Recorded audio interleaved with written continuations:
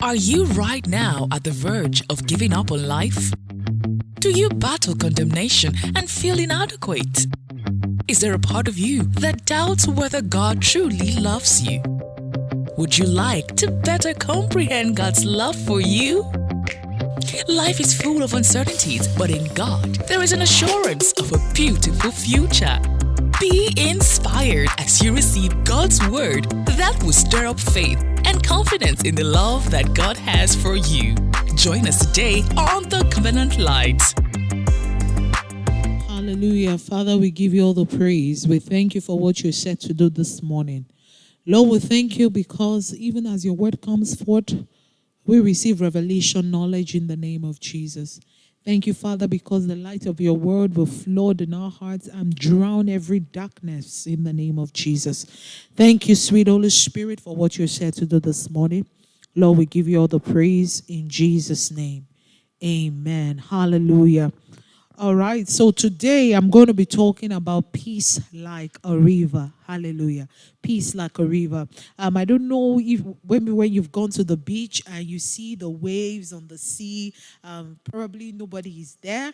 And you're just seeing the waves, the calmness of the wave, when you're just sitting there and you're just hearing the sound of the wave. It can be very therapeutic, all right? It can be very therapeutic. So when this subject came to my mind, that was actually what came to my heart. When I just remembered that, I just thought about that, how therapeutic that can be. So I thought to myself, if standing at the beach and I'm just hearing the sound of the wave and it can be therapeutic to the mind, how much more the peace that God can give. Hallelujah. Now I want to read from the book of Isaiah chapter 53 from verse 1. It says, who has believed our message, and to whom has the arm of the Lord been revealed? He said, it grew up before him like a tender shoot, and like a root out of dry ground. He had no beauty or majesty to attract us to him, nothing in his appearance that we should desire him. He was despised and rejected by men, a man of sorrows and familiar with suffering, like one from whom men hide their faces. He was despised and we esteemed him not. Surely he took our infirmities and carried our sorrows. Yet we considered him stricken by God, smitten by him and afflicted. But he was pierced for our transgressions. He was crushed for our iniquities. The punishment that brought us peace was upon him, and by his wounds we are healed. Hallelujah. This scripture talks about Jesus. Glory to God. This scripture talks about Jesus, and it started by talking about how he grew up like a tender shoot. He was like a root out of dry ground. He had no beauty, no majesty, nothing to attract us to him. Nothing in his appearance that we should desire him. Now, this is not talking about Jesus when he was walking the earth. This is talking about Jesus when he was being led to the slaughter. Because the Bible talks about how he was beaten, he was smitten by the Roman soldiers, and how he was crucified on the cross, how he was stripped of his clothes, So this was talking about Jesus on his way to the cross and on the cross. And that is why the Bible says that like one from whom men hide their faces. When you see something you are ashamed of, when you are hiding your face from something that is so shameful, something that can be so embarrassing, this was actually the outlook of Jesus. And he said he was despised, we esteemed him not. But look at this. He said all of this was actually for one thing. He said in verse 5 here, he said he was pierced for our transgressions, he was crushed for our iniquities, and the punishment that brought us peace was upon him. This peace here, the meaning of this word peace is shalom. And the word shalom means completeness, means wholeness, means soundness, means welfare. And what that means is that nothing is missing in your life, nothing is broken, and nothing is lacking. So here it shows us a Jesus who actually was punished so that you and I can experience peace in our lives. So that you and I can live a life where we can boldly say that everything is working. Now, people might say that it is impossible for you to have everything in your life working. So it's almost like if you are going to have a successful career, you must be ready to have a failed marriage because your career will be so demanding that you would not have time for your family. Some people might say that, oh, you can have a successful career, but your health can fail because you will have to overwork yourself, and because you are overworking yourself, you are not paying attention to your health. Or you can actually pay attention to your family, but you are suffering financially because you are not able to balance your sheets and all of that. And so some people have the mindset that it is impossible for you to have a life where everything is working. But do you know that Jesus coming into your life as the Prince of Peace? I want to quickly read from Isaiah chapter 9. Isaiah chapter 9 verse 6 says, "For to us a child is born, to us a son is given, and the government will be on the shoulder, and it will be called Wonderful Counselor, Mighty God, Everlasting Father, Prince of Peace." Hallelujah. So the scripture records Jesus as the Prince of Peace. He is the custodian of your wholeness. Glory to God. Isn't that amazing? That means that this peace, like a river, I can experience it through Jesus Christ. And he says in verse 7, he said, "Of the increase of his government and peace, there will be no end." So this means that the peace of God in my life can be experienced without me waiting for a termination date. So you can look at your life and say, "Oh, I plan to live to 120 years. I plan to live to 100 years. And I have made a decision that every day of my life will be a day of wholeness." Guys, it is possible. It is possible to have that kind of life. What the devil tries to do is to project the negativity around us and and cause our mind to be full of what is happening around us, that we lose sight of the possibilities that Jesus can give to us. Glory to God. Isaiah 66 verse 12. He says, "For this is what the Lord says. I will extend peace to her like a river." This is what God is saying he wants to do in our lives. He said he wants to extend peace to you and I like a river. He wants you to come. You know, when you think of a river, you are thinking of you're seeing the waters flowing towards you. You are thinking of the flow, the stream of water. So when God is saying he wants to extend peace like a river to you, he's saying that you are going to experience wave upon wave upon wave of his goodness, wave upon wave of his kindness, wave upon wave of his blessings. Hallelujah. That is what peace is about. Peace is that place in your life where you can say, "I am whole. Every part of my life is working. Every part of my life is moving because the Prince of Peace is in it. Because the Prince of Peace is involved. Because the Prince of Peace is ensuring that these things are my reality." Hallelujah. That is the desire of God. And I know that because of what is happening around us, sometimes these things look impossible. But I'm here to tell you, you do not analyze your life based on the happenings around you. You don't allow the happenings around you to dictate the possibilities in your life.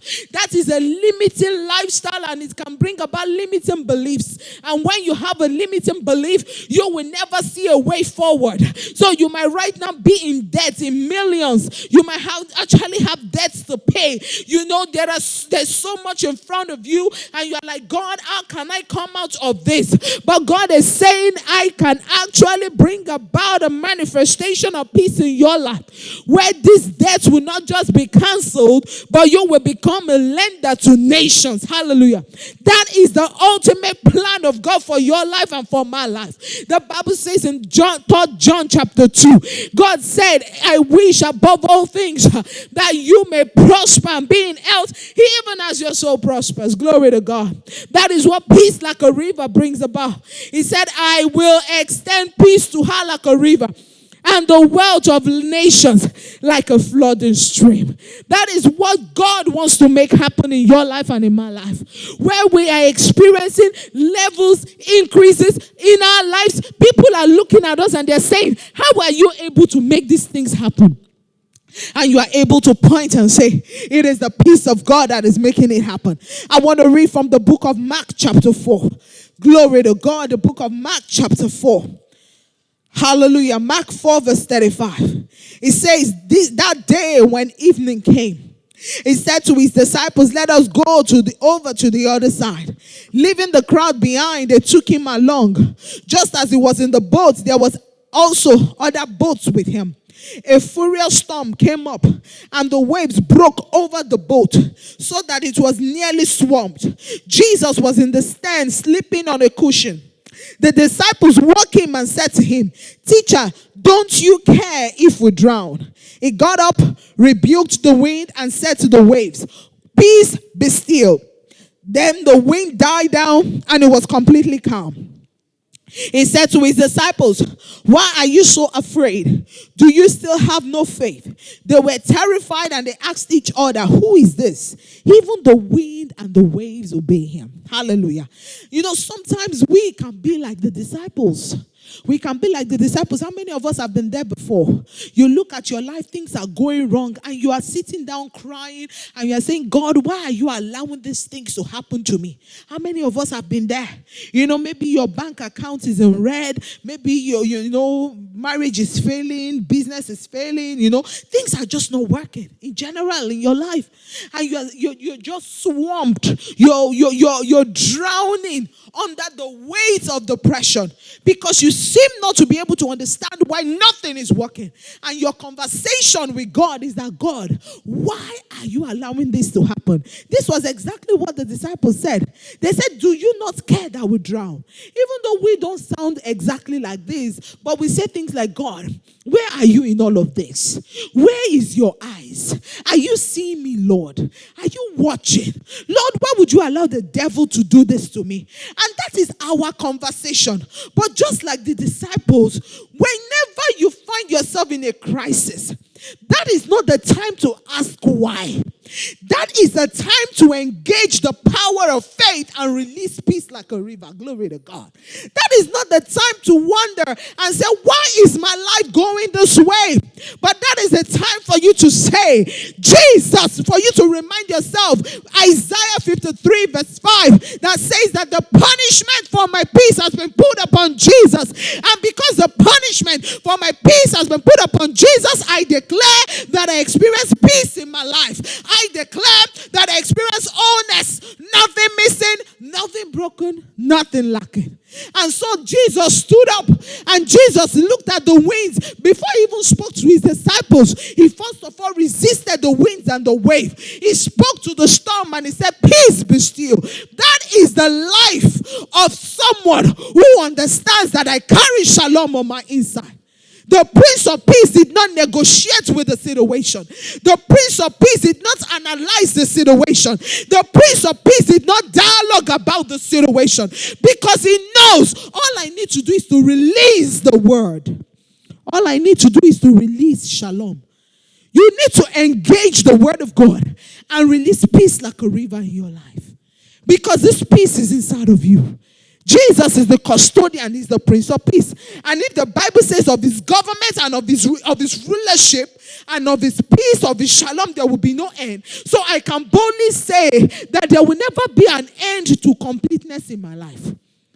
That means I can boldly say that there will never be an end to things working for me. That means I will never have a better yesterday. That means every day of my life will be full of goodness. Every day of my life will be full of kindness.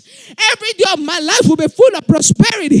And that is why Jesus, speaking in John chapter 14 verse 27, he said, "My peace I live with you. Not like the one the world gives you. The world will tell you everything will be all right. But you come back 1 year later and you realize things are not all right. But when the Prince of Peace says everything is going to be all right, you can go to bed. Because you know that everything is going to be fine." When Mary and Martha met with Jesus after Lazarus had been dead for 4 days, and Martha said, "If you had come earlier, my brother would not have died." Guess the response of the Prince of Peace. He said, "I am the resurrection and the life.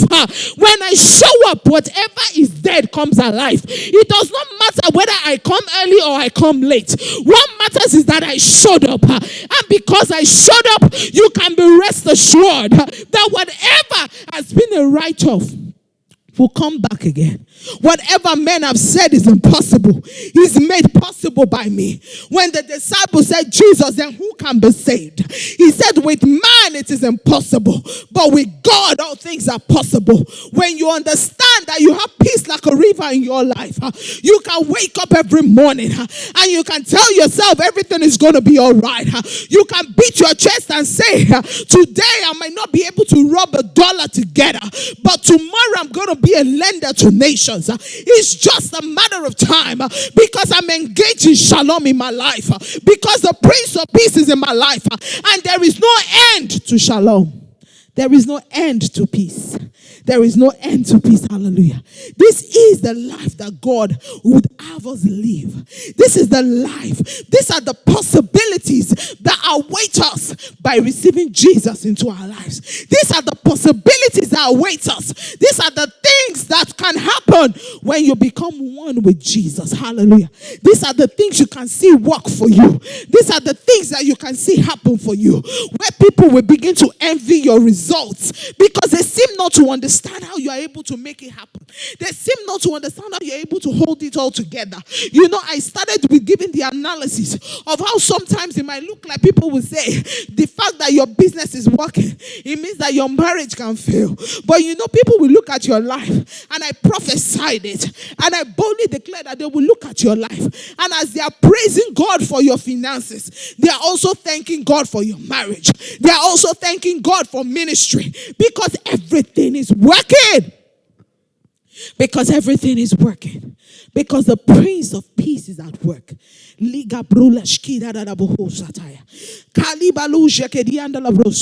I sense in my spirit that there is a woman right now. Right where you are, you have actually given up. You have actually quit on the possibility of a change. You are frustrated with your marriage. You have constantly blamed your husband for the state of things in the home. You have looked at your life and you regret even getting married to him. And you are telling yourself that it is better to be dead than to be alive in this kind of misery. God is telling me to tell you that your story is about to change. And I'm not just throwing words around. God is saying it is time for you to receive peace like a river. Now you might ask and say, how do I engage this peace? Yes, I know that this peace is available to me. Yes, I know that the peace of God is available to me. Yes, I know that Jesus is the Prince of Peace. Yes, I know that there is no end to peace. But how can I walk daily in this reality? One of the ways, one of the things I said earlier that peace brings about, which is shalom, is that nothing is missing, nothing is broken, nothing is lacking. Sometimes you can actually know what is missing in your life because you had it before. It's like me having this pen. And it goes missing. The reason why I can say it's missing is because I had it before. You can actually have this is my phone and it's broken. I can know it's broken because it's right here in front of me. But sometimes you don't even know what is lacking. And that is where a lot of us get stuck. Because we don't even know what is lacking. You don't know exactly the things that ought to be in your life right now. And that is where partnering with the Holy Spirit comes in. The Bible says in the book of Romans chapter 8, it said we do not know how to pray, but the Holy Spirit prays out the will of God through us. 2 Corinthians 14 says when we pray in the Spirit, we pray out mysteries. One of the ways to actually know what is lacking in your life is for you to engage the ministry of the Spirit. And you engage the ministry of the Spirit through praying in tongues. Hallelujah. Through praying in the Spirit. When you pray in the Spirit, the Holy Spirit will begin to reveal to you. Some of us have been praying and saying, God, I need increase in my life. You have actually been praying for financial increase. And God heard you. God heard you. The moment you prayed, God heard you. But you've not yet seen the manifestation. And you're saying, God, I've prayed. What's going on? Why? And so some of us will say, oh, there's so much delay. The reason why there seems to be a delay is because probably God is saying that there are some relationships that need to be in your life right now. God is saying that the image, your mental image about money is not good. So God is seeing you as a multi-millionaire, but you're seeing yourself as someone that is broke, someone that can never really have more than 1,000 naira in a bank account. And so God is saying, you know what? I want to bring some relationships into your life that will help you build a strong inner image. The only way you can know this is when you pray in the Spirit. When you begin to pray in the Spirit, you begin to pray out these things. So suddenly some people just begin to come show interest in you, and they'll be like, oh, you know what, let's get closer. And they begin to come around you, and you're wondering, how did all these things begin to happen? Because you prayed in the Spirit. And so that was lacking, but it began to show up. That is one way to engage the peace of God in your life. Another way to engage the peace of God is to do what Jesus did when he was on the boat, and that is to speak the word of God to situations. When situations are facing you, like I said, that is not the time to cower. That is not the time for you to say, God, why me? You don't even need, Jesus said something in the word. He said, in this world you will have what? Tribulations. But he said, be of good cheer because I have overcome. Hallelujah. So stop wondering why things are happening to you. Things are happening to you because you are in a fallen world, because you are in a dark world. And as long as you are in this world, you will go through crisis. You will face things. Things will come at you. But whenever it comes at you, that is not the time for you to ask questions. That is the time for you to remember who you are and whose you are. That is the time for you to declare the word of God. That is the time for you to say that everything is going to be all right. That is the time for you to declare and say, my bank account is moving up. That is the time for you to say that my body is fine. I'm in perfect health. My children are turning out right. My husband is working well. Things are moving for us. My marriage is moving. My marriage is blooming. My marriage is blossoming. Oh, people will say, oh, you are just throwing words around. No. I'm not throwing words around, because the Bible says that when you speak the word, you release the power of God that is in the word. When you speak the word, you are not throwing words around. You are releasing power, and it is that power that brings about change. It is that power that brings about transformation. It is that power that brings about possibilities. Things are working. And that was why when Jesus got to the tomb of Lazarus, he did not negotiate with the naysayers. He didn't say, why are you crying? Why are you not crying? The Bible said, excuse me, he looked at the tomb of Lazarus and he said, Lazarus, come forth. Some of you need to start calling things forth. You need to start calling forth relationships. You need to start calling for possibilities. You have been thinking small for so long, but that is not the plan of God for you. The plan of God for you and I is for us to experience completeness. So you need to start telling yourself that the right relationships come into my life. Yes, you have been experiencing breakups upon breakups. God is saying that is not his plan, because he said in his word that he has delivered you from mean and wicked men. So you need to start telling yourself that the right man locates me. I locate the right woman. Things are working for me in the name of Jesus. I do not have debt anymore, because I know what to do at every given time. I operate in divine wisdom. You need to start releasing the force of the word of God. And as you do that, you release the peace of God. And the last, which is actually the first, is that you need to become born again. Truth of the matter is, everything I've said today will only be a mirage if you do not belong to the family. You're becoming one with Christ. The Bible says he that is joined to the Lord is one spirit with him. You're becoming one with Christ. It's actually one way for you to enjoy this peace like a river. And if you are not born again today, I want you to say this simple prayer after me. Say, Lord Jesus, I receive you today as my Lord. Come into my heart. Be my Lord and my Savior. Wash me by your blood. Cleanse me from my sins in the name of Jesus. As simple as that prayer is, if you have prayed that prayer, I'm here to tell you that you are now born again. Welcome to the family. And now that you are born again, you can boldly say, the devil will try to come and tell you that, you've done this before, you've done that before, and God is angry with you. Oh, I'm not going there today. But I'm here to tell you that God is not angry with you, but God is proud of you. The Bible says you are the beloved. And because God is proud of you, because God is happy with you, because God believes so much in you, you can actually believe for the peace of God like a river in your life. You can actually believe for the peace of God like a river. Hallelujah. You need to remind yourself, Isaiah 66 verse 12, God is extending peace to me like a river. He is extending peace to me like a river, and the wealth of nations like a flooding stream. You need to tell yourself. You need to tell yourself that. You need to remind yourself this every day. Whenever the devil comes with his lies, you need to look at your children and you need to tell your children you're turning out well. You need to tell your husband that everything is going to be fine. Yes, things are not working right now, but everything is going to be fine because we have peace like a river. Glory to God. And I just want to say this word prophetically to someone, that this is not the end for you. This is not the end for you. This is actually the beginning of great things. God is going to use what the enemy meant for evil for good in your life. The Bible says all things work together for good to them that love God and are called according to his purpose. And that is going to be your story. Glory to God. Father, we give you all the praise. Lord, we give you all the glory. In Jesus' mighty name. Amen. Hallelujah. Fumi Ovie Daniels leads the global online church of Covenant Light. Connect with her on Instagram at I am Fumi Daniels. We would like to thank our friends and partners for making today's broadcast possible. If you enjoyed today's message or would like more information, do visit our website at www.covenantlight.org.